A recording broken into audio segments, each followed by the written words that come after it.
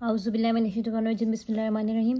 सिलिएक disease, तो सिलिएक disease जो है ये हमारे पास क्या है, ये एक ग्लूटेन सेंसिटिव इंटेरोपैथी है। ठीक है, ये क्या है, ग्लूटेन सेंसिटिव इंटेरोपैथी। थोड़ी सी इसकी हम पैथोफिजियोलॉजी डिस्कस कर लेते हैं।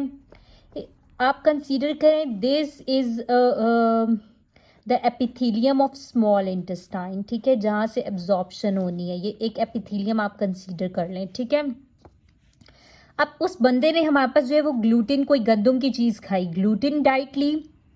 ठीक है, ग्लूटेन जो है वो ग्लाइडिन में कन्वर्ट हुई, यहाँ से एपिथेलियम से एब्जॉर्ब हुई, और ये gliadin it is now converted into deamidated gliadin. ठीक है, डी अमाइडेटेड ग्लाइडिन में कन्वर्ट हुई।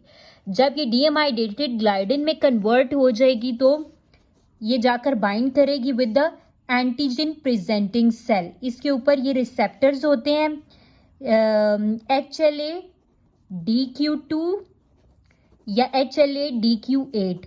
इसके ऊपर जाकर ये डीएमाइडेटेड ग्लाइडिन लगी, अब ये एक्टिव होगा। ये जाकर अब कहाँ बाइंड करेगा, हमारे पास ये जो लिम्फोसाइटिक इन्फिल्ट्रेट्स हैं, लिम्फोसाइटिक इन्फिल्ट्रेट, उसके अंदर नेसिव नॉन एक्टिव टी सेल्स पड़े हुए हैं।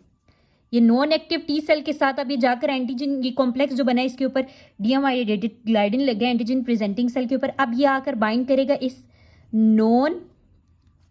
नेसिव टी सेल के साथ। ठीक है, तो अब ये नेसिव टी सेल जो है ये एक्टिव हो जाएगा।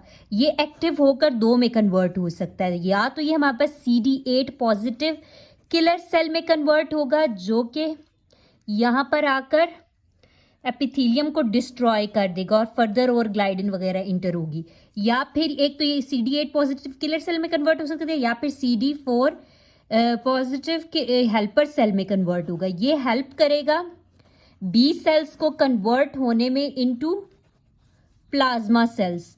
प्लाज्मा सेल्स जो है वो हमारे पास सिक्रीट करती हैं 3 तरह की antibodies, anti gliadin antibodies, anti tissue transglutaminase antibodies, या फिर एंटी एंडोमाइसियल एंटीबॉडीज। ठीक है, और इनको फिर हम फर्दर सीरोलॉजी पर ये डिटेक्ट होंगे, डायग्नोसिस भी मैं फिर बताती हूँ। अच्छा, क्लिनिकल फीचर्स क्या होंगे इसके? क्लिनिकल फीचर्स अगर आप देखें तो हमारे पास जो है वो क्लिनिकल फीचर्स आमतौर पे, पहली बात आप याद रखें कि ये फीमेल्स में ज़्यादा है देन मेल्स। अब मैं इसके क्लिनिकल फीचर्स 3 हिस्सों में करके बताती हूँ। Number 1, GIT symptoms, gastrointestinal extra intestinal symptoms, और तीसरी बच्चों में ये कैसे प्रेजेंट करेगा, चिल्ड्रन में आमतौर पे। ठीक है, अब GIT से रिलेटेड इसके क्या सिम्टम्स होंगे? GIT से रिलेटेड क्या है कि वो बंदा जो है उसने डाइट ली ये वाली, ये एब्जॉर्ब नहीं हुई, तो उसको क्या होगी, मैल न्यूट्रिशन। ठीक है, मैल न्यूट्रिशन होगी। मैल न्यूट्रिशन तो क्या होगा, एनीमिया होगा, which can be folic acid से की, अगर फोलेट डेफिशिएंसी से हुआ तो माइक्रोसाइटिक होगा, अगर विटामिन B12 की डेफिशिएंसी से तो मैक्रोसाइटिक। ठीक है, इसके अलावा मैल न्यूट्रिशन से और क्या होगा, उसको ऑस्टियोपोरोसिस, कैल्शियम वगैरह एब्जॉर्ब नहीं होगी, ऑस्टियोपोरोसिस होगा, और वेट लॉस होगा। इसके साथ साथ उसको डायरिया होगा। ये GIT वाले सिम्टम्स आ गए। ठीक है, एक्स्ट्रा इंटेस्टाइनल में हमारे पास जो है ना, मैं इसको जस्ट 2 ही लिखती हूँ। एक्स्ट्रा इंटेस्टाइनल 2 बहुत प्रोमिनेंट फीचर्स होते हैं जो सीलिएक डिजीज में होते हैं। एक तो हमारे पास डर्मेटाइटिस हर्पेटिफॉर्मस, डर्मेटाइटिस हर्पेटिफॉर्मस, ये क्या होते हैं, ये हमारे पास ना ये एक्सटेंसर सर्फेसिस पर आपके पास प्लूराइटिक पैप्युलोवेसिकुलर लीजन्स होती हैं। ये आमतौर पे आपको एक्सटेंसर सर्फेसिस पे नजर आएंगी, एल्बोज पर, नीज पर, बटक्स पर। ठीक है, डर्मेटाइटिस हर्पेटिफॉर्मस। और दूसरा हमारे पास जो है वो हाइपरप्लेजिया होगा इनेमल का, डेंटल इनेमल हाइपरप्लेजिया। अच्छा, बच्चों में ये कैसे प्रेजेंट करेगी, प्यूबर्टी डिले हो जाएगी, प्यूबर्टी डिले होगी, और ऑस्टियोपोरोसिस होगी। ऑस्टियोपोरोसिस तो खैर बड़ों में होगी, प्यूबर्टी डिले होगी, और इसमें क्या होगा, शॉर्ट स्टेचर होगा। ठीक है, शॉर्ट स्टेचर, छोटे होंगे लोग, ठीक है, बच्चे, वो puberty delay and short stature. Osteoporosis बड़ों में, ये मैंने GI सिम्टम्स से रिलेटेड बताया था। ठीक है, अच्छा, ये हो गए इसके क्लिनिकल फीचर्स।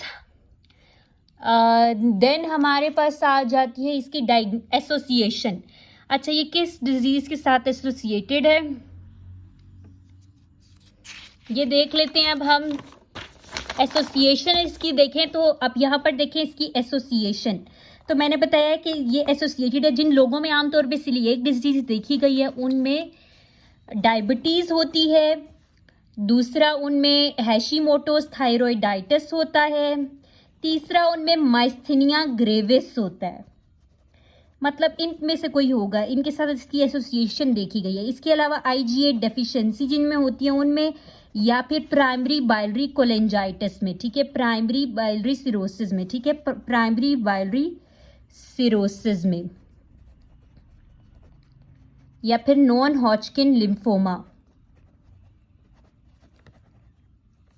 क्योंकि इंटरल्यूकिन 15 ज़्यादा प्रोड्यूस होगा तो वो नॉन हॉजकिन लिम्फोमा उससे रिलेटेड है, ठीक है। अब ये इसकी एसोसिएशन आ गई, फिर इसकी डायग्नोसिस कैसे होगी। अच्छा, अब इसकी डायग्नोसिस देखें। डायग्नोसिस के लिए मैंने क्या बताया है कि इसके लिए हमारे पास क्या है कि नंबर 1 हम क्या कराएंगे, एंडोस्कोपिक बायोप्सी।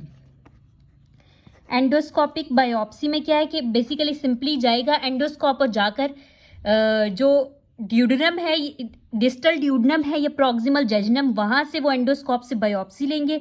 उस बायोप्सी में हमें 3 चीजें देखनी है। एक विलाई जो है, विलाई की ब्लंटिंग होगी, क्रिप्स का हाइपरप्लेजिया होगा और एपिथेलियल इंट्राएपिथेलियल इन्फ्लेमेटरी इन्फिल्ट्रेट होंगे। ये 3 चीजें देखेंगे। इसी के लिए ये हमारे पास एंडोस्कोपिक बायोप्सी जो है गोल्ड स्टैंडर्ड है, ठीक है, ये गोल्ड स्टैंडर्ड है और इसी की बेस पर जो है वो हम मार्च स्टेजिंग करते हैं। मार्च स्टेजिंग मैंने आपको बताया हुआ है, उसमें हमारे पास जो है वो डिफरेंट स्टेजेस होती हैं, 0, 1, 2, 3A, 3B, 3C और 4। अब इनमें हमने फर्दर डिफरेंट बताया है कि एक तो इन्फ्लेमेटरी जो है वो इन्फिल्ट्रेट कितना है, और दूसरा हमारे पास क्रिप्स के हाइपरप्लेजिया हुआ है या नहीं, और तीसरा जो है वो विलाई की ब्लंटिंग हुई है या नहीं। तो ठीक है, ये हमारे पास जो है वो पहले में नॉर्मल है और बाकियों में इन्फ्लेमेटरी इन्फिल्ट्रेट जो है वो रेज्ड है सब में। और जो है क्रिप्स की जो है हाइपरप्लेजिया, क्रिप्स का हाइपरप्लेजिया जो है ये पहले 2 में नहीं है, नन, और बाकी सब में हाइपरप्लेजिया हो गया है। विलाई की ब्लंटिंग सिर्फ आखिरी 2 में सवेयर ब्लंटिंग है, इससे पहले मॉडरेट है, माइल्ड है, और उससे पहले नो ब्लंटिंग, ठीक है। ये एंडोस्कोपिक बायोप्सी हम करा सकते हैं डायग्नोसिस के लिए। नंबर 2 हमारे पास क्या है, नंबर 1 एंडोस्कोपिक बायोप्सी जिसमें मार्च स्टेजिंग आ गई जो गोल्ड स्टैंडर्ड है। नंबर 2 क्या है कि सीरोलॉजी करा लें। सीरोलॉजी में हमने तीनों तरह की एंटीबॉडीज जो हैं, एंटी ग्लाइडिन एंटीबॉडी, ठीक है, anti tissue transglutaminase antibody, anti endomysial antibody, इन तीनों की स्क्रीनिंग टेस्ट है, ठीक है। और तीसरा हमारे पास जो होता है वो जेनेटिक टेस्टिंग है, ठीक है। जेनेटिक टेस्टिंग होती है फॉर किस के लिए, HLA DQ2 और HLA DQ8 के लिए, ठीक है। It presents in all patients of coeliac disease, उनमें ये HLA DQ2 और HLA DQ8 पॉजिटिव होगी। ये होगी इसकी डायग्नोसिस, एंडोस्कोपिक बायोप्सी, सीरोलॉजी और जेनेटिक टेस्टिंग। फिर आ जाते हैं ट्रीटमेंट में हमारे पास सिंपली क्या है कि आप जो है वो ग्लूटेन फ्री डाइट लें, ग्लूटेन फ्री डाइट लें, और डेप्सोन भी नेक्स्ट स्टेप हो सकता है 100 से 150 मिलीग्राम। और जो हमारे पास डेफिशिएंसीज हो रही हैं कैल्शियम, विटामिन डी, आयरन और फोलेट की, उनको हमने डेफिशिएंसीज को करेक्ट करना है। और तीसरा हमारे पास अगर फिर भी ये ठीक ना हो तो हमने इम्यून सिस्टम को सप्रेस करना है। रिफ्रैक्टरी केसेस में इम्यून सिस्टम को सप्रेस करने के लिए हम क्या देंगे, कॉर्टिकोस्टेरॉइड्स और immunomodulators. With this we are done, thank you.